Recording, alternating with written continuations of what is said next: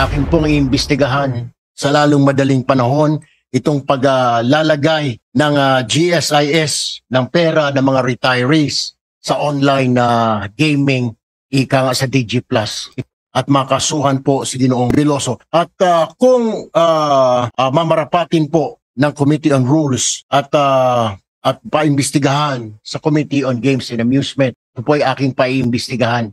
Kung may kumita, mukhang may kumita po rito, mayroon hong commission or kickback at hindi po ito karapat-dapat at katanggap-tanggap. Magandang araw po sa inyo lahat mga kababayan. Kumusta po kayong lahat?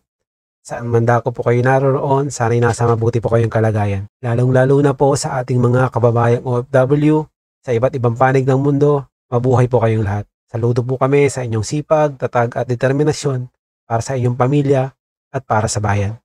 Eto nga po mga kababayan, andito na naman po tayo sa ating panibagong reaksyon sa mga may init at mga bagong kaganapan na nangyayari sa ating bansa mga kababayan. Pag-uusapan po natin ngayon itong patungkol naman sa pondo ng GSIS na para sana sa halos 3 milyon na mga empleyado ng pamahalaan mga kababayan. Kasi nga po dito sa isiniwalat ni Senator Hontiveros, ginamit umano ang pondo ng GSIS para sa mga online sugal. Dapat sana ay pensyon ng mga kababayan natin na mga empleyado ng ating gobyerno. Dahil nga po sa mga impormasyon na ito, inais pa imbestigahan ng Senator Erwin Tulfo ang liderato nga po ng GSIS upang malaman kung talagang ito ay may pananagutan dahil nga po sa mga anomalya na ito na nabanggit nga po ni Senator Hontiveros mga kababayan. At may mga karagdagan pa nga pong impormasyon si Senator Amy Marcos kaugnay nga po ng mga tila maanomalyang transaksyon ng pondo ng GSIS.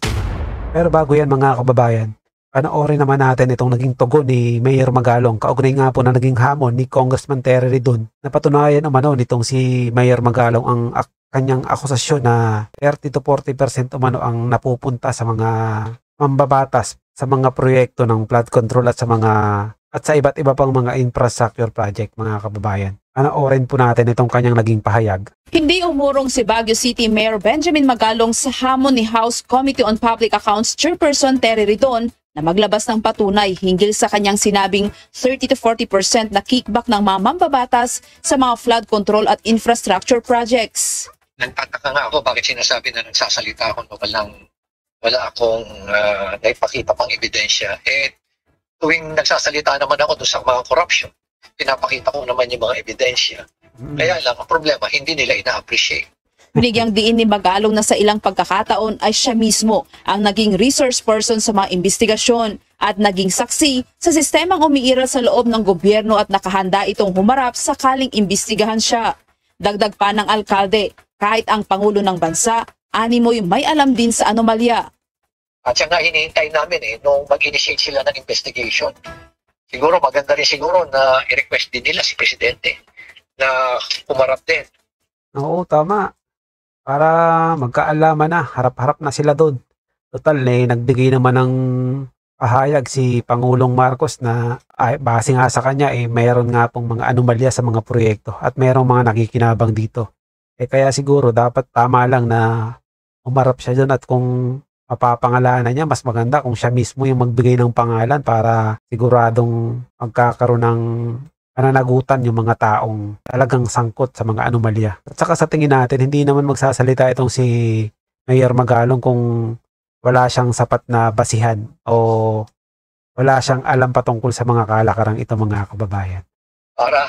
Kasi tingnan mo sa kanya bakit sinabi ni Presidente na maiya kayo? Ibig sabihin, may alam si Presidente sa mga kalokohan nila.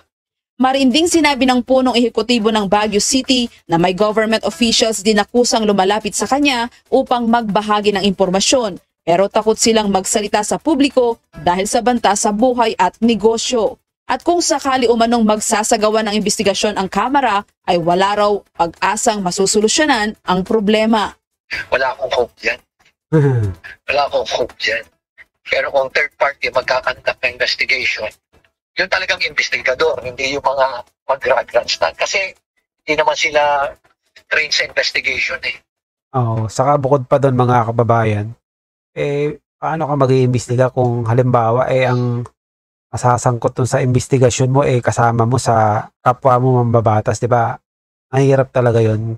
Dati naman ako CIDG, so alam ko kung paano ang investigasyon. Pero kung ang investigasyon nila, pampakita lang sa tao, wala naman silang skills sa investigation. Dami niyan, mga grandstanding.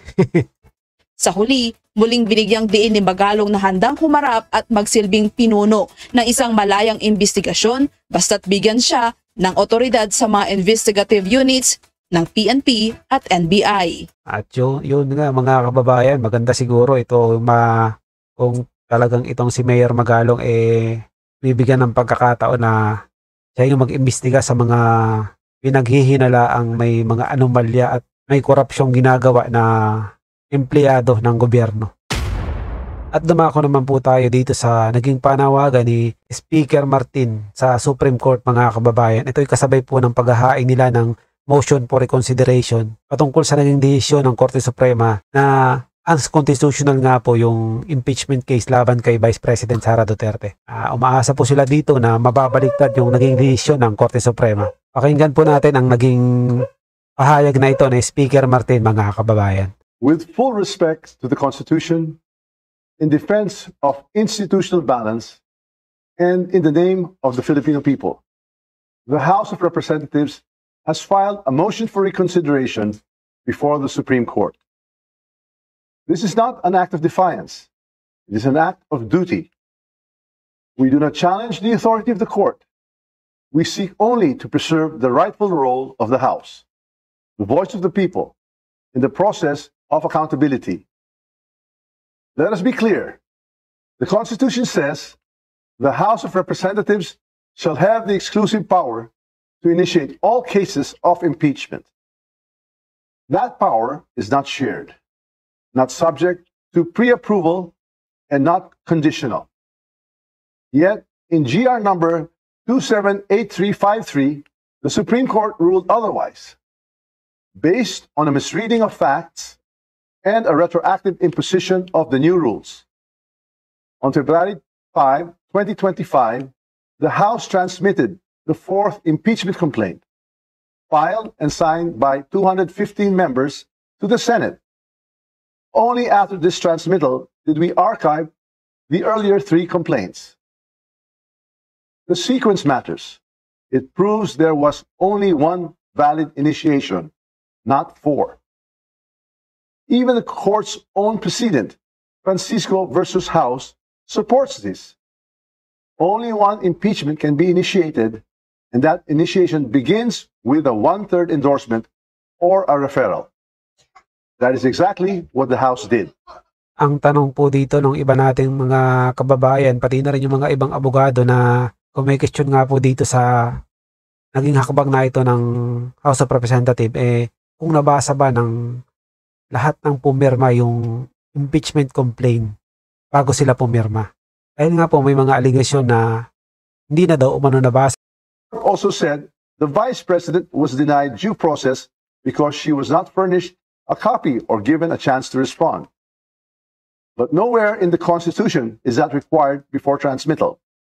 In fact, in all past impeachments, the trial and the right to be heard take place in the Senate.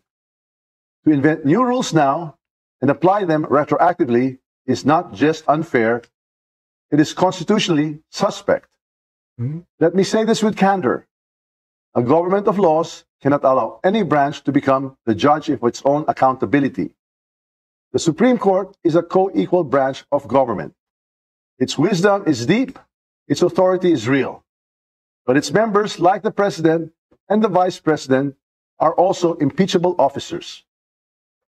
When the court lays down rules for how it or others like it may be impeached, it puts itself in the dangerous position of writing conditions that may shield itself from future accountability.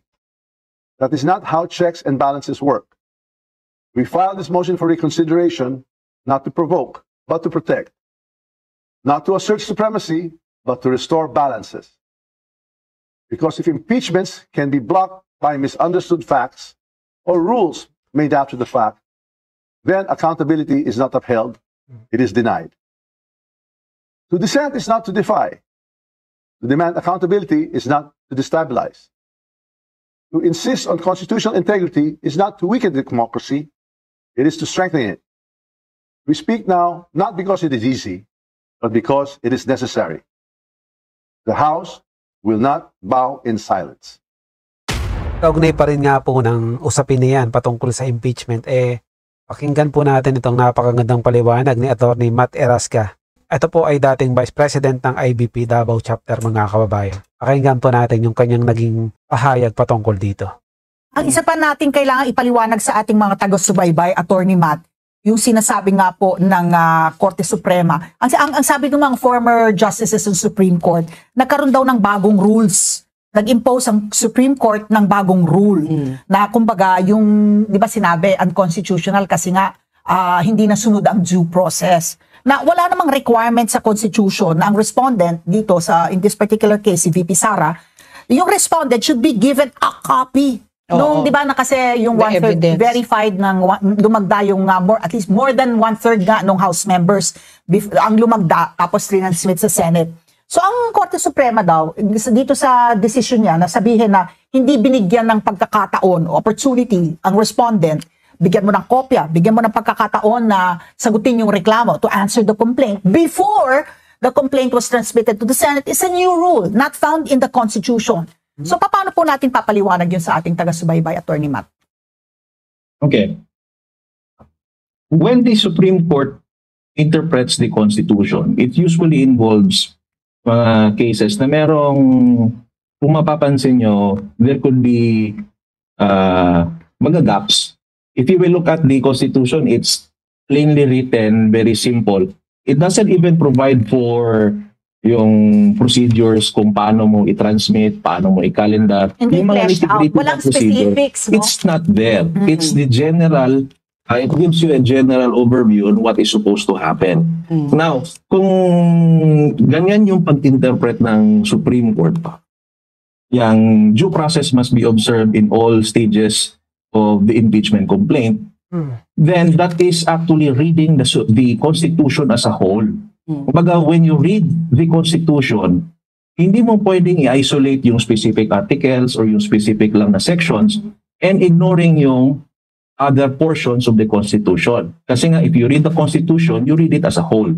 Meron pa nga ibang nag-argue on hindi kailangan ng walang the person who faces the impeachment complaint does not stand to lose life, liberty, or property. So why apply the due process? I mean, that is a very absurd position to take. Kasi nga, for example, a lowly government employee na magkaroon ng administrative case, sasabihan mo lang na since you're in government, you're holding a position of public trust, then you cannot consider your employment in government as a property right, unlike in the private sector. So anong ibig sabihin yan? Kung magkakaroon ka ng administrative case na pwede kang matanggal sa iyong pwesto, walang due process just because you're a government employee, that is a very absurd interpretation on due process, in my opinion, at the very least. So, Attorney Matt, I forget already kung sino yung nakausap namin, no? Parang ang feeling niya, and marami pong who also agree, na the decision was, hindi naman hasty, no? Because medyo ilang buwan na. Pero at the very least, sana there was oral arguments, no? Para at least napakinggan din po ang House of Representatives. Parang it was a unanimous decision, 15 judges yata. Tapos yun na nga, sinasabi nga, baka mali pa yung mga timelines. Yung pagririnig, yung oral discussion, at least among themselves, and then they could have called resource persons to shed light on it. Wasn't that also remiss on the part of the Supreme Court? No, I don't think so. When we talk about due process, it is plainly the opportunity to be heard. Very clear naman yung ginawa ng Supreme Court that the House of Representatives was given an order to respond to the petition, and they are also asked to deliver certain pieces of information for the court's consideration. That is in furtherance of due process. Now, whether or not oral arguments is a necessity, it is up for the discretion of the Supreme Court. Hindi kasi yan siya mandatory. It's up to maraming cases before the Supreme Court are decided even without oral arguments. And if you have witnessed or observed itong mga oral argumentation before the Supreme Court, these arguments are just placed back in their memorandum anyway. So, considering that this is a case of there is already, kung titingnan natin yung timeline, na-file na kasi yung yung impeachment or articles of impeachment before the Senate. And there is merong sense of urgency, kumbaga. Now, if you will look at if you will set oral arguments for the case, bibigyan mo ng chance lahat ng parties. You have the petitioners, dalawang group ng petitioners, may dalawang petition tayong pinag-uusapan. Yung mga respondents sasagot. Yung mga petitioners, magkakaroon din sila ng oral argumentation. And that can span months. And by that time, kung hindi mag-issue ang Korte Suprema ng TRO, the impeachment proceedings could already have concluded, making everything moot and academic. So, kasi recently, naglabas na rin, I think it was Senator Jinggoy Estrada Jose, mga 19 to 20 senators, ang killing nila is tumalima, sundin yung desisyon ng Korte Suprema. And we know naman kasi ang impeachment, political exercise, di ba? Had it been different na iba yung constitution nung 24 na senador natin, na mas marami kasi ngayon yung allied with Vice President Sara Duterte. And makikita nga natin na, sundin na lang natin yung decision ng Korte Suprema. Napag-uusapan dati, na which I think is already a moot point at this point in time, na yung Senate, yung upper house of the Congress, being a co-equal branch of government, ay pwedeng has the choice na hindi tumalima doon sa decision po ng Korte Suprema? Attorney Matt? Hindi po. Kasi when it comes to matters of what is constitutional or unconstitutional, the Supreme Court is the only institution that is given that power under our Constitution. So ngayon, kung sasabihin mo wag sundin ng Korte Suprema, then that would pose a very dangerous precedent because it effectively undermines the system of checks and balances in our Constitution. Isa pa, kung hindi mo susundin kung ano yung desisyon ng isang korte, then ang iisipin ng ordinaryong tao, anong silbi ng korte kung pwede namang hindi sundin? So it will weaken our system or our legal system and the public's trust and confidence in our judiciary. At ito mga kababayan, tumako na po tayo dito sa naging pahayag ni Senator Erwin Tulfo, Senator Risa Hontiveros at saka ni Senator Amy Marcos, mga kababayan. Pero bago yan, kung bago ka pa lang dito sa ating channel, ay mag-subscribe ka na at i-click mo na din ang notification bell para maging updated ka sa mga susunod pa nating video. Paki-like at paki-share mo na din ang video ito sa iba pa nating mga kababayan. Kung nais mag-join sa ating community, ay click mo lang ang join button na makikita mo sa baba. Maraming salamat po. Mula sa maraming taon ng sakripisyo at serbisyo publiko, ay magdudulot naman ng ginhawa. Ang pensyon ng pampublikong sektor, hindi pang sugal. GSIS should not waste or gamble away the future of those who serve our nation.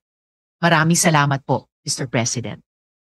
Nais ko lamang po, I would like to express my manifestation of support doon po sa sinabi po ng ating butihing senadora patungkol po dito sa pag-expose niya sa mga nangyayari dyan sa GSIS sa ilalim po ng administrasyon ni Ginoong Velasco. Ako din po ay nagagalit at naiinis dahil ito po ay pinagpaguran ng mga empleyado ng pamahalaan. Dugo at pawis ang pinuhunan po nila dito para pagdating po ng panahon ng kanilang pagre-retiro, may mahuhugot ang mga empleyado maging ang mga kasamahan po natin dito sa Senado na mga rank and file.